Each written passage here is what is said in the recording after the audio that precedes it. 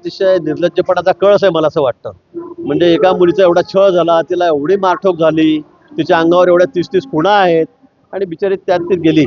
एवढा म्हणजे सगळ्यांच्या डोळ्यात पाणी आणणारा विषय असताना अशा पद्धतीने वकिलांनी तिच्या चारित्र्यावर बोलावं, घाणेरडे आरोप करावे, मला वाटतं यापेक्षा दुर्दैव असू शकत नाही. मला वाटतं यांचं तर काय करावं, कायद्याच्या चौकटी आहेत, आम्ही मंत्री, आम्हाला बोलता येत नाही, पण अशा पद्धतीने आरोप करताना त्यांना थोडीफार लाज वाटली पाहिजे. कालफड्यात मारणं, काडीने मारणं हा काही गुन्हा नाही.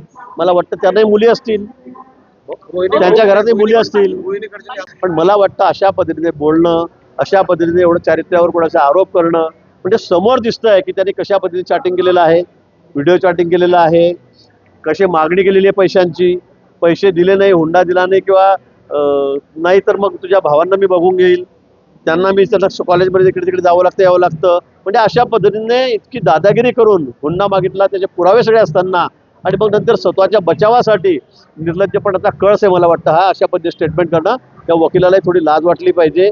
त्याच्या घरामध्ये या बहिणी मुली आहेत. एबीपी माझा, उघडा डोळे बघा नीट.